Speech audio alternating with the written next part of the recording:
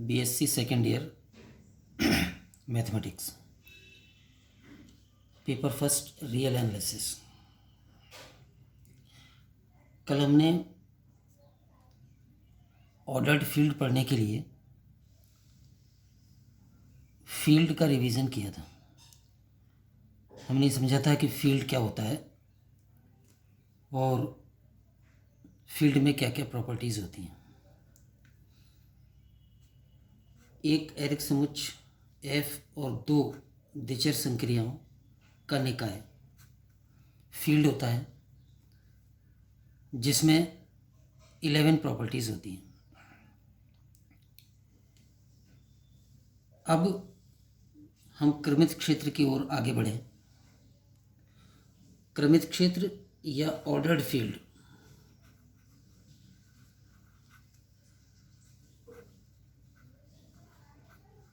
तो ordered field होने के लिए फील्ड में एक संबंध बढ़ाया जाता है। संबंध या रिलेशन पिछली क्लासों में हमने पढ़े हैं। जल्दी से मैं संबंध के बारे में थोड़ा सा बता दूं। अगर ए कोई एरिक समुच्चय है तो ए क्रॉस ए का कोई भी सबसेट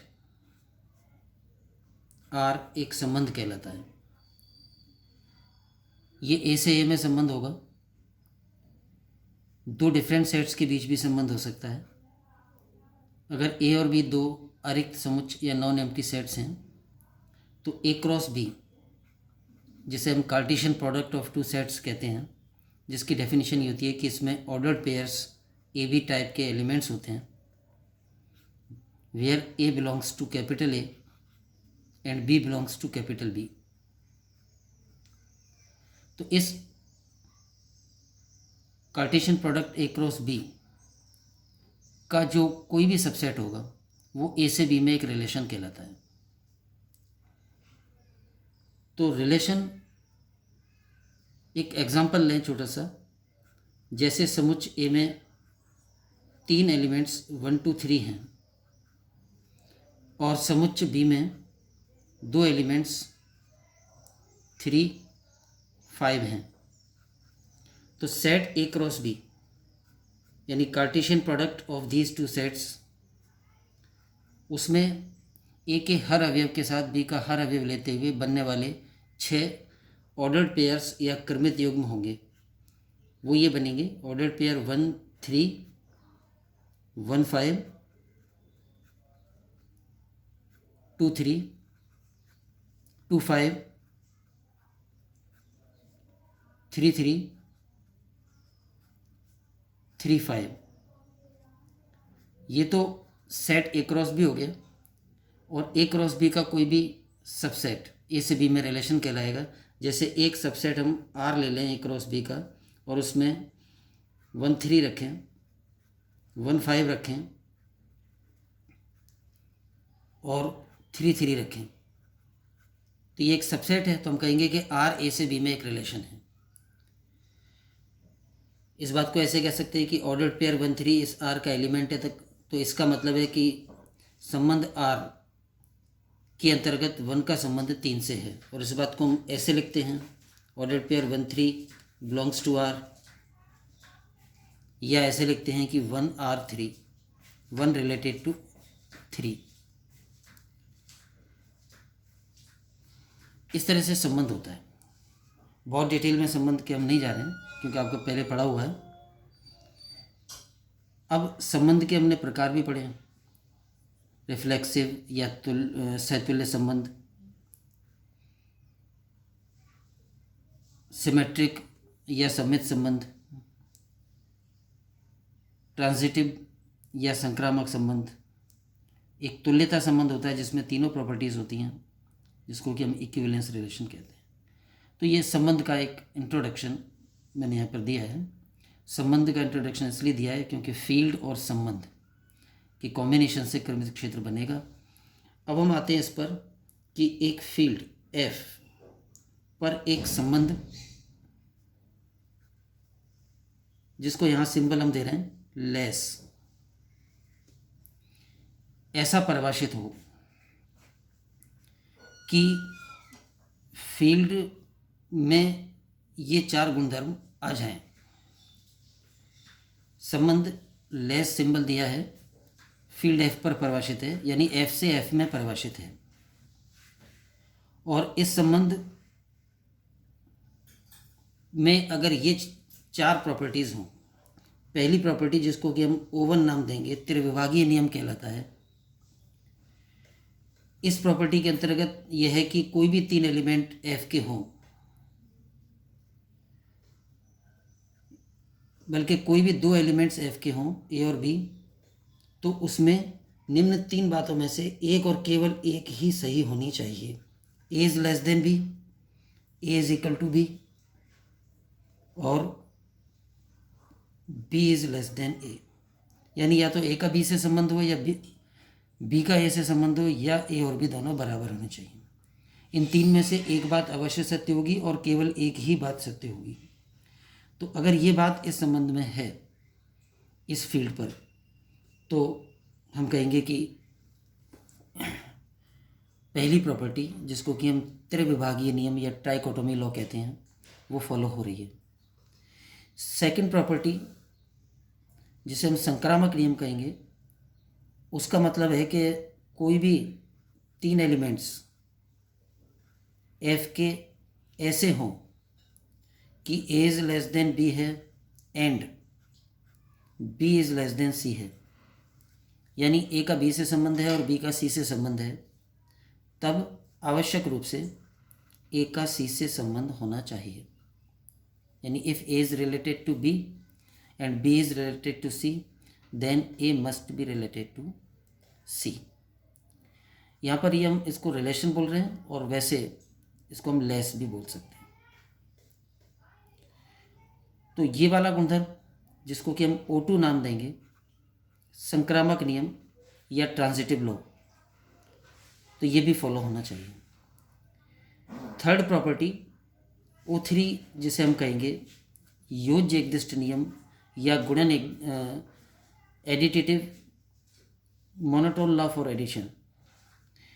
इस नियम में के अंतर्गत यह है कि कोई भी तीन elements A B C F के लिए जाएं,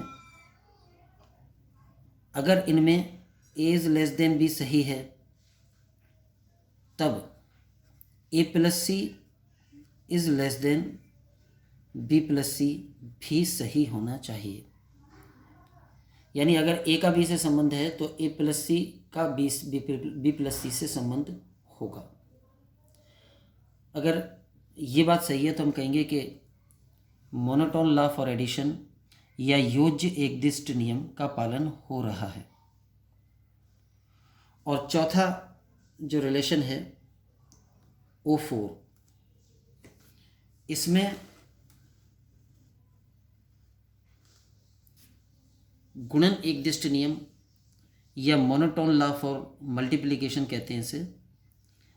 इसके अंतर्गत यह है कि कोई भी तीन elements A B C F के हैं और इनमें ये बात सत्य है कि A is less than B and 0 is less than सी,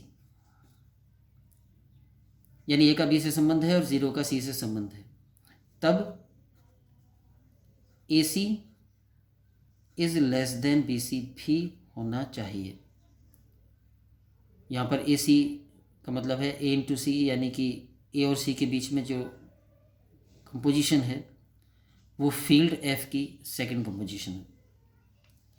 अब अगर हम इसको संबंध ना कह के लेस ही बोलें तो रिलेशन ये हो जाएगा, ये गुणधर्म होगा कि अगर ए बी से छोटा है और सी 0 से बड़ा है, बाद में हम कहेंगे कि जो 0 से बड़ा होता है उसे पॉजिटिव कहते हैं, तो अगर उस शब्दावली का अभी यूज़ कर लें तो सी पॉजिटिव हो और ए बी से छोटा हो तो ए सी बी सी से छोटा होगा। या इसको हम ऐसे भी कह सकते हैं कि ये इनइक्वलिटी है और ये पॉजिटिव संख्या है, तो एक पॉजिटिव संख्या को इनइक्वलिटी के दोनों साइड मल्टीप्लाई करने पर प्राप्त नई इनइक्वलिटी भी वैलिड रहती है। तो ये गुणन एकदिष्ट नियम है। तो अगर फील्ड एफ में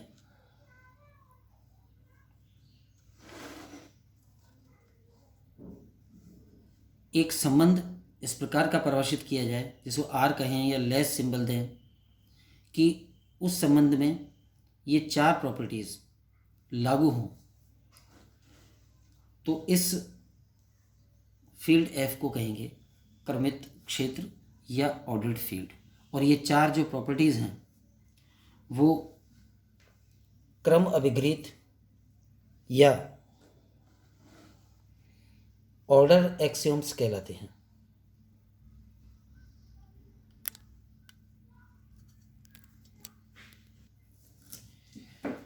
तो इस प्रकार से क्रमित क्षेत्र की एक सिस्टमेटिक डेफिनेशन ये हो जाती है।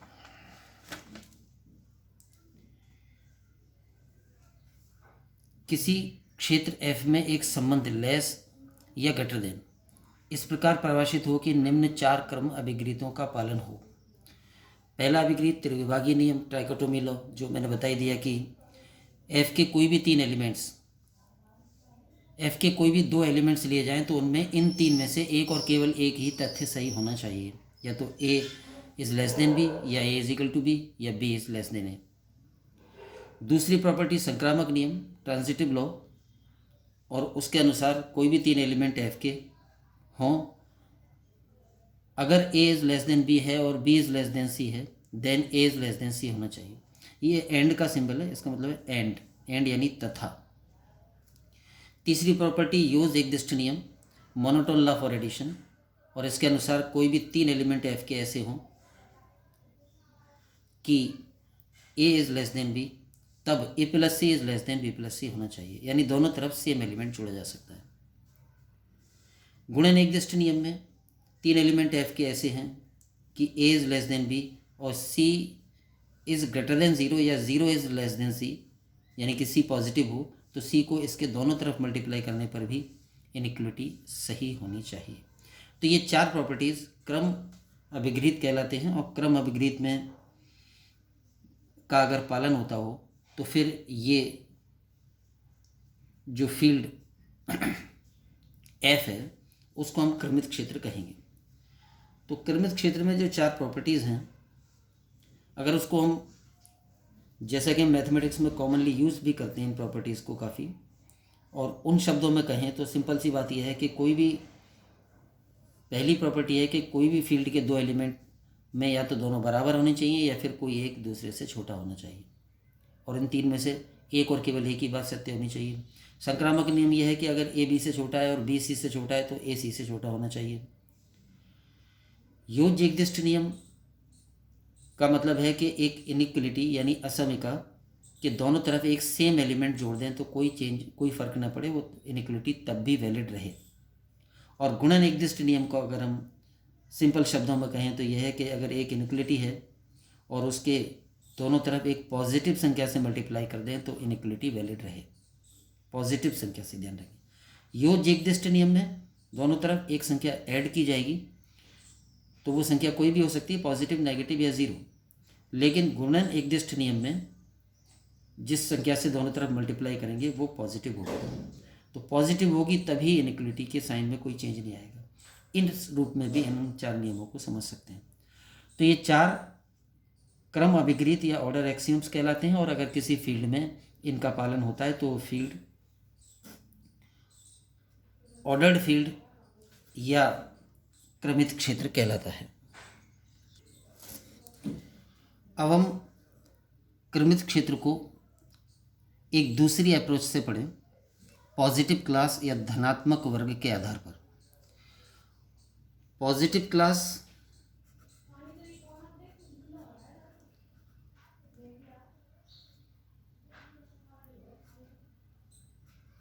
क्या होती है? F कोई फील्ड है, अगर इस फील्ड F का कोई ऐसा अरिक्त उपसमुच्चय P विद्यमान हो, P is a subset of F and P is not equal to phi, अरिक्त उपसमुच्चय, जिसमें ये दो प्रॉपर्टीज़ हों। पहली कि जब भी हम कोई दो अवयव A और B P के लें तो उनका एडिशन यानी ए प्लस बी, और उनका मल्टीप्लिकेशन यानी ए बी या ए डॉट बी पी में ही आए। और सेकंड प्रॉपर्टी है कि कोई भी एलिमेंट ए एफ का लिया जाए फील्ड का, तो उसके लिए, और वो ज़ीरो के बराबर ना हो, यानी कि ज़ीरो को छोड़कर एफ का कोई भी अवयव लिया जाए, तो या तो वो खुद पी में होना चाहिए या उसका योज्य प्रतिलोम यानी नेगेटिव माइनस ए पी में होना चाहिए। यानी जो फील्ड है एफ, उसका एक ऐसा सबसेट हो पी जो अरिक्त हो और उसमें ये दो प्रॉपर्टीज़ हों। पहली प्रॉपर्टी का मतलब है कि पी फील्ड की जो दो संक्रियाएं हैं प्लस और डॉट, उनके लिए समृद्ध हो, यानी कि दो एलिमेंट अगर पी के लेंगे तो उनका योग और उनका गुणनफल भी पी में ही आए, तो closed for addition and multiplication. और दूसरी प्रॉपर्टी है कि एफ के प्रत्येक अशून्य अवयव के लिए ये बात सत्य होनी चाहिए कि या तो वो स्वयं पी में हो या माइनस उसका नेगेटिव पी में हो। अर्थात क्या नहीं होना चाहिए, सेकंड प्रॉपर्टी के अनुसार एफ में कोई भी ऐसा अवयव ना हो जो शून्य भी नहीं है और वो खुद भी पी में नहीं है और उसका नेगेटिव भी पी में नहीं है। ऐसा नहीं होना चाहिए। A is not equal to zero, A does not belong to P and minus A does not belong to P, ये सिचुएशन नहीं होनी चाहिए। अगर ऐसा कोई पी फील्ड का सबसेट एग्जिस्ट करता हो, विद्यमान हो, तो इस सबसेट पी को फील्ड एफ का पॉजिटिव क्लास या धनात्मक वर्ग कहते हैं। अब ये ज़रूरी नहीं है कि किसी फील्ड में धनात्मक वर्ग विद्यमान हो भी सकता है और ना भी हो।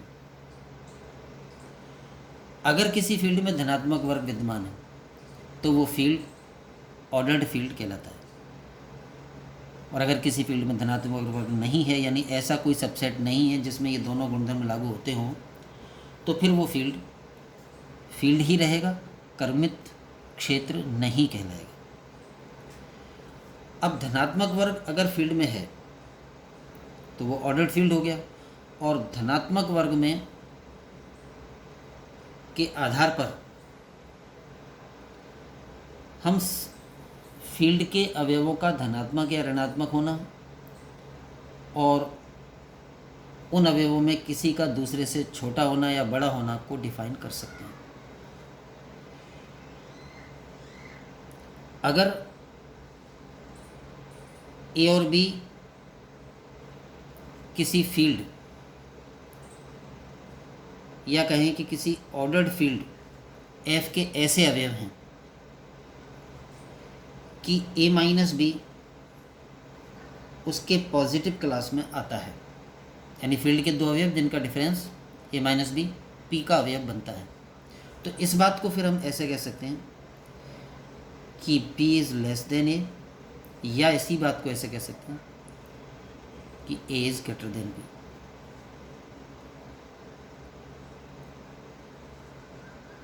इससे पहले अगर कोई P का एलिमेंट है तो उसे हम फील्ड F का धनात्मक अवयव कहते हैं और उसको A इज़ ग्रेटर देन 0 लिखते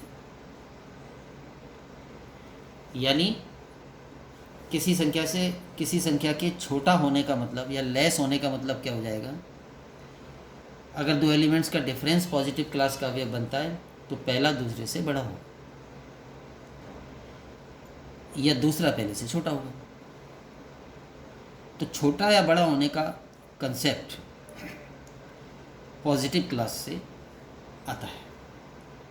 इससे पहले फील्ड में लेस या ग्रेटर देन होने का कोई कंसेप्ट नहीं था। फील्ड से ऑर्डर्ड फील्ड की तरफ जाने का मतलब ही यही है कि इसमें हम लेस या ग्रेटर देन होने का कंसेप्ट शामिल करें। तो जहाँ पर ऑर्डर रिलेशन होता है, यानी कि लेस या ग्रेटर देन होने का कंसेप्ट होता है, उस फील्ड को हम क्रमित क्षेत्र कहते हैं। और जहाँ ये कंसेप्ट नहीं बन पाता, यानी ऐसा कोई रिलेशन नहीं बन पाता जिसको कि हम लेस या ग्रेटर देन कह सकें, तो वो ऑर्डर्ड फील्ड नहीं होता है। तो ये दोनों तरीके से पॉजिटिव क्लास के आधार पर और ऑर्डर्ड एक्सियोम्स के आधार पर क्रमित क्षेत्र की परिभाषा हो जाती है। क्रमित क्षेत्र की परिभाषा को हम सिस्टेमेटिक ढंग से लिखें तो ये इस तरह से बनेगी। धनात्मक वर्ग पॉजिटिव क्लास, किसी क्षेत्र f का कोई अरिक्त उपसमुच्चय p ऐसा विद्यमान हो कि दो प्रॉपर्टीज़ हों। पहला, a और b p के कोई भी दो अवयव लेने पर उनका योग और उनका गुणनफल भी p में आए। और दूसरा, अगर a f का कोई भी अवयव है जो कि अशून्य है, यानी non zero element of f, तो उसके लिए इन दोनों में से कोई एक बात अवश्य सत्य होगी। या तो a खुद ही p का अवयव होगा या माइनस a p का अवयव होगा। ये या का सिंबल है, या यानी और। तो अगर ये दो प्रॉपर्टीज़ p में हैं और p अरिक्त है और f का सबसेट है, तो p f का धनात्मक वर्ग कहलाता है। और धनात्मक वर्ग के आधार पर क्रमित क्षेत्र की परिभाषा यह है कि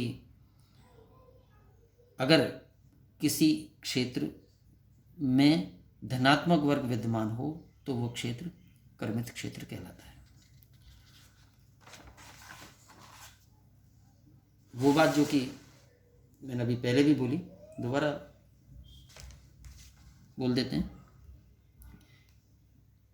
कि पॉजिटिव या नेगेटिव या लेस या ग्रेटर देन होने का कंसेप्ट क्या है। तो वो यह है कि अगर कोई भी दो एलिमेंट f के ऐसे हैं कि a माइनस बी पी का एलिमेंट बनता है, तो हम कहेंगे कि a b से बड़ा है या b a से छोटा है। इसी तरह से यदि a पॉजिटिव क्लास p का अवयव है, तब हम कहेंगे कि a एक धनात्मक संख्या है और उसको a is greater than zero लिखते हैं। तो धनात्मक होना, किसी का छोटा फील्ड के दो ऑर्डर्ड फील्ड के दो अवयव में किसी अवयव का छोटा और किसी अवयव का बड़ा होना, वो कंसेप्ट पॉजिटिव क्लास की परिभाषा के आधार पर आता है। और धनात्मक वर्ग के आधार पर क्रमित क्षेत्र की परिभाषा तथा क्रम अभिगृहीतों के आधार पर क्रमित क्षेत्र की परिभाषा तुल्य होती है। तो फील्ड से ऑर्डर्ड फील्ड पर हम आ रहे हैं। फर्स्ट ईयर के अलजेब्रा में हमने बहुत सारे फील्ड के एग्जांपल्स पढ़े हैं। रैशनल नंबर्स का सेट Q फील्ड होता है, साधारण योग और साधारण गुणा संक्रिया के लिए। वास्तविक संख्याओं का समुच्चय R साधारण योग और साधारण गुणा संक्रिया के लिए फील्ड होता है। कॉम्प्लेक्स नंबर्स का सेट C साधारण योग और साधारण गुणा संक्रिया के लिए फील्ड होता है। इसके अलावा फाइनाइट फील्ड भी थे। हमने एग्जांपल पढ़ा था कि सेट Z5 प्लस 5 और क्रॉस 5 संक्रियाओं के लिए फील्ड होता है, जहाँ Z5 में जो एलिमेंट्स होते हैं वो हैं 0, 1, 2, 3 एंड 4। ये फाइनाइट फील्ड का एग्जांपल है। ये इनफाइनाइट फील्ड के एग्जांपल है। और भी बहुत सारे फील्ड होते हैं। फील्ड के एलिमेंट्स ज़रूरी नहीं है कि संख्या ही हों। फील्ड के एलिमेंट्स मैट्रिक्स भी होते हैं, फील्ड के एलिमेंट्स फंक्शंस भी होते हैं। तो बहुत सारे फील्ड हमने फर्स्ट ईयर में पढ़े।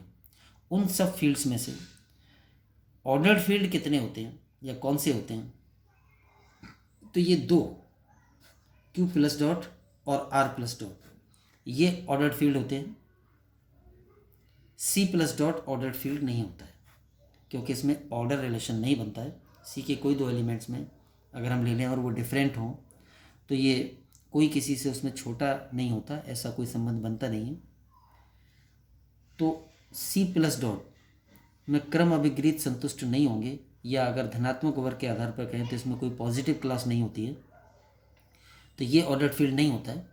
ये दोनों ऑर्डर्ड फील्ड होते हैं। तो ऑर्डर्ड फील्ड के ये दो एग्जांपल हैं। हम आगे एक थ्योरम में प्रूव करेंगे कि जो ऑर्डर्ड फील्ड होता है वो ऑलवेज इनफाइनाइट फील्ड होता है। इसलिए ऑर्डर्ड फील्ड जो है ये नहीं होगा, या कोई भी फाइनाइट फील्ड ऑर्डर्ड फील्ड नहीं होगा। तो फिलहाल आप ये दो एग्जांपल ध्यान रखें, ऑर्डर्ड फील्ड या क्रमित क्षेत्र क्यू प्लस डॉट होता है और आर प्लस डॉट होता है। तो ये ऑर्डर्ड फील्ड की डेफिनेशन है दोनों तरीके से। इसके बाद हम नेक्स्ट वीडियो में ऑर्डर्ड फील्ड की प्रॉपर्टीज़ पढ़ेंगे। अगर कोई ऑर्डर्ड फील्ड है तो उसमें ये 4 प्रॉपर्टीज़ तो होंगी ही, या पॉजिटिव क्लास के आधार पर कहें तो उसमें कोई पॉजिटिव क्लास विद्यमान होगी, लेकिन इनके अलावा उसमें और क्या प्रॉपर्टीज़ ऑर्डर्ड फील्ड में होती हैं वो हम अगले वीडियो में ऑर्डर्ड फील्ड की थ्योरम्स के रूप में पढ़ेंगे। आज के लिए इतना ही। Thank you.